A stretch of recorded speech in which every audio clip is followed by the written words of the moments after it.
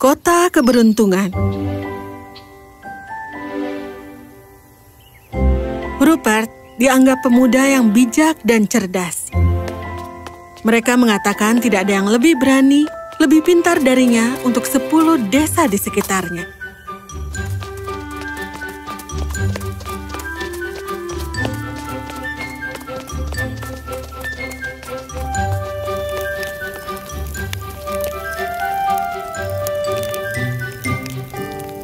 Suatu hari, dia sedang duduk di sekitar api bersama teman-temannya yang lain, mendengarkan petualangan seorang prajurit yang bepergian melewati desa mereka. Dan ini adalah bagian paling menarik dari kisah-kisah prajurit itu. Kota Keberuntungan? Apakah itu benar-benar ada? Aku tidak berpikir begitu. Oh ya, itu ada. Duduk di puncak gunung yang tinggi. Berkilau seperti matahari dengan semua menara yang terbuat dari emas murni. Ada begitu banyak emas dan kekayaan di sana sehingga mengganggu orang-orang di sana tentang apa yang harus dilakukan dengan itu. Jadi mereka hanya membuat benda-benda dari emas dan ketika mereka bosan, mereka mendapatkan yang baru, kapal baru, ornamen baru, bangunan baru. Yang lama hanya dihancurkan dan penyapu mengambil semuanya ke tempat sampah. Apa? Apa? Biarkan mereka mengirim beberapa emas pada kita. Shh, biarkan dia bicara. Ayo tentara, ayo. Ceritakan lebih banyak.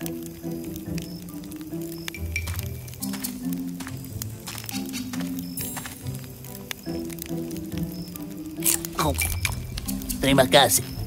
Ya, membagi uang atau buah membutuhkan hati. Tetapi yang mereka miliki hanyalah emas dan permata bertebaran di jalan.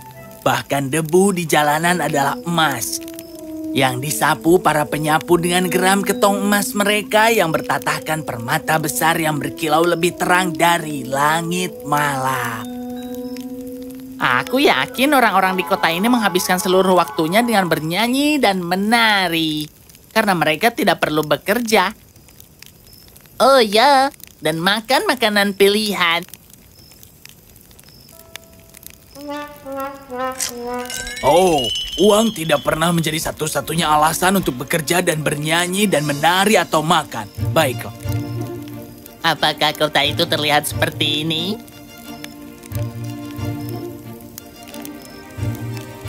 Itu indah, Jack. Itu indah, Jack. Berharap kota atau emas mereka cantik. Ceritakan tentang emasnya.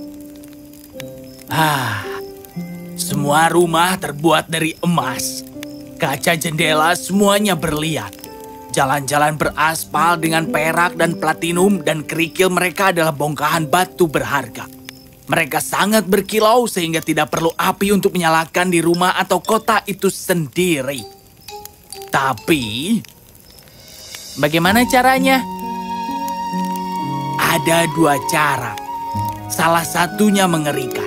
Batu-batu di jalan begitu berduri sehingga akan merusak kakimu. Dan kengerian yang tak terbayangkan seperti kolam besar pasir cepat dan lereng licin yang terjun ke lembah-lembah besar akan menghalangi jalanmu. Sehingga bahkan jika kau mencapai kota itu, kau akan sangat lelah sehingga kau tidak akan memiliki kekuatan untuk... Dan rute yang kedua? Itu akan membawamu ke kota keberuntungan dalam beberapa hari. Tetapi kau harus... Cukup, tunjukkan padaku rute ini. Aku akan pergi ke kota itu.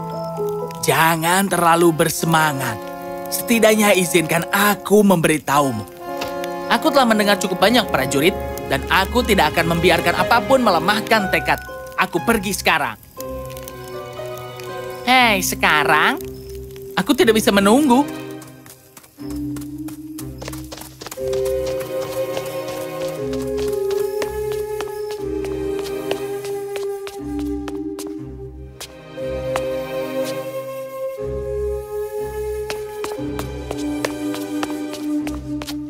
Ya, Rupert sangat ingin mencapai kota keberuntungan sehingga tidak terfikir olehnya untuk mengucapkan selamat tinggal kepada teman-temannya ataupun keluarganya.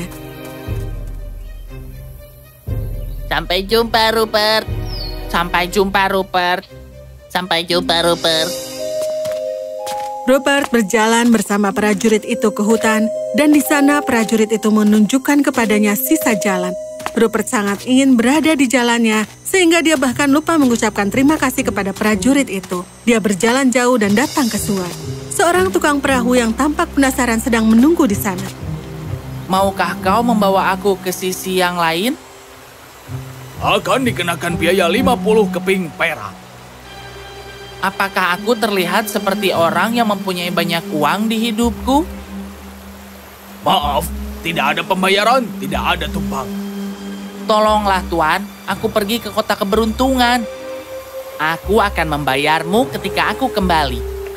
Tidak ada yang pernah membawa kekayaan kembali dari sana. Baiklah, jika kau tidak memiliki keping perak, maka berikanlah sepotong hati. Apa? Kalau begitu aku akan mati. Oh, siapa yang tertarik dengan daging?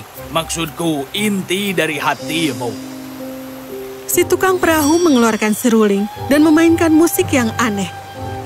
Beberapa kilau cahaya muncul dari dada Rupert dan memasuki seruling itu. Kemudian, Rupert naik ke kapal dan diangkut ke seberang sungai. Selanjutnya, Rupert memanjat gunung, dan ketika dia mencapai puncaknya, seorang laki-laki lain seperti tukang perahu itu berdiri di sana.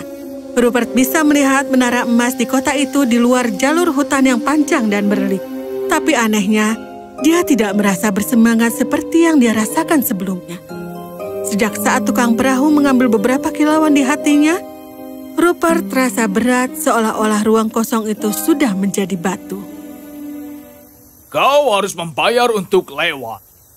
Aku tidak punya keping perak sedikit pun. Apakah bisa dengan sepotong hatiku? Ya, tentu saja.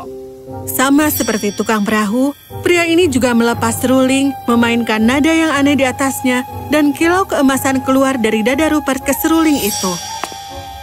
Anehnya, alih-alih merasa senang karena semakin mendekati kota keberuntungan, Rupert merasakan kekosongan yang berat dan berbatu yang tidak bisa dijelaskannya. Namun dia melanjutkan perjalanannya.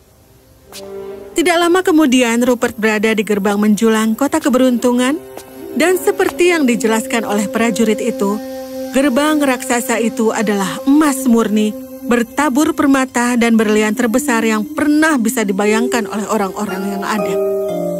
Rupert memberanikan diri untuk masuk, tetapi dihentikan oleh penjaga gerbang yang tampak seperti manusia perahu dan manusia di pegunungan. Berhenti, kau harus membayar untuk lewat.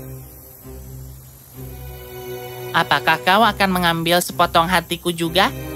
Iya. Seperti sebelumnya, penjaga gerbang juga melepas seruling dan mulai memainkan nada-nada aneh yang sama.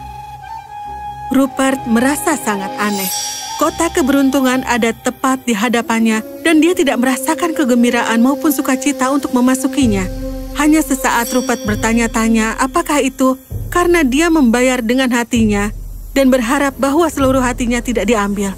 Dan karena satu kilau kecil ini tetap berada di dalam dadanya dan tidak terbang ke seruling itu. Gerbang dibuka dan Rupert masuk ke dalamnya. Kota itu seperti yang digambarkan oleh prajurit itu, tetapi tidak ada yang tampak mengasihkan. Rupert melihat seorang pria lewat dan dia tersenyum. Pria itu tidak membalas senyuman Rupert dan hanya menatap Rupert dengan kosong. Rupert pergi ke depan dan melihat sebuah meja yang syarat dengan makanan pilihan diletakkan di atas nampan emas, tapi sepertinya tidak ada yang mau memakannya. Ya ampun, apa yang menyenangkan adalah makanan bagi orang yang tidak mengenal lapar. Rupert berjalan ke depan dan melihat banyak alat musik terbuat dari emas dan juga permata. Tetapi tidak ada yang memainkan mereka. Penyapu datang dan mendorong mereka ke dalam gerobak emas. Ya ampun, apa kegembiraan musik bagi mereka yang tidak tahu apa-apa tentang kekhawatiran dan masalah. Selanjutnya, Rupert melihat seorang tukang emas yang sedang membuat bejana emas. Masing-masing dan setiap potongannya tampak persis sama. Ya ampun, apa nilainya suatu kreativitas untuk sesuatu yang akan dibuang ke tempat sampah hanya karena terlalu banyak? Rupert memandangi semua wajah tanpa ekspresi di sekelilingnya. Tidak ada sukacita, tidak ada senyum di negeri ini, dan akhirnya dia menyadari apa arti membayar dengan hatinya. Dan karena 1 kilau yang tersisa di dadanya, dia bisa merasakan setidaknya sedikit kesedihan. Orang-orang di negeri itu tanpa hati yang tersisa di dalamnya tidak bisa merasakan apapun selain kekosongan. Untuk semua emas di negeri itu, orang-orang ini nampaknya telah menjadi batu. Rupert tidak mau hidup seperti itu, dan dia memutuskan untuk pulang. Aku ingin pulang saja. Aku ingin bertemu teman-temanku, keluargaku. Saat dia mengatakan itu, semua kilauan hatinya yang diambil oleh penjaga gerbang darinya terbang kembali ke dalam hatinya. Rupert sekarang dapat merasakan sedikit sukacita melihat teman-teman dan keluarganya lagi. Ketika pria di gunung mengembalikan kilauan hatinya kepadanya, jantung Rupert berdetak kencang. Dan ketika tukang perahu mengembalikan kilauannya, Rupert hampir berlari untuk menemui teman-teman dan juga keluarganya. Ibu, ayah, aku mohon maaf. Hei, Rupert. Anakku. Oh, anakku, syukurlah kau sudah kembali sekarang. Hei, kau kembali. Aku minta maaf kepada kalian semua. Keserakahanku akan emas telah membutakanku. Sekarang aku sadar kekayaan tidak ada gunanya jika tidak disertai dengan perasaan sukacita. Dan sukacita hanya datang dari 3 hal. 1, ketika kita dapat mempertahankan kemanusiaan kita dan hati kita apakah kita kaya atau tidak. 2, ketika kita memiliki orang untuk diajak tertawa dan menangis bersama. Dan 3, ketika kita didorong oleh tujuan untuk berbagi dan peduli. Jika yang kita miliki hanyalah emas dan kekayaan, hati kita juga akan menjadi batu. Sama seperti orang-orang di kota keberuntungan. Dan dengan demikian, Rupert kembali dari kota keberuntungan menjadi seorang pemuda yang lebih bijaksana. Memang benar, bukan? Jika hidup memberimu pilihan di antara orang yang kau cintai dan semua emas di dunia, apa yang akan kau pilih?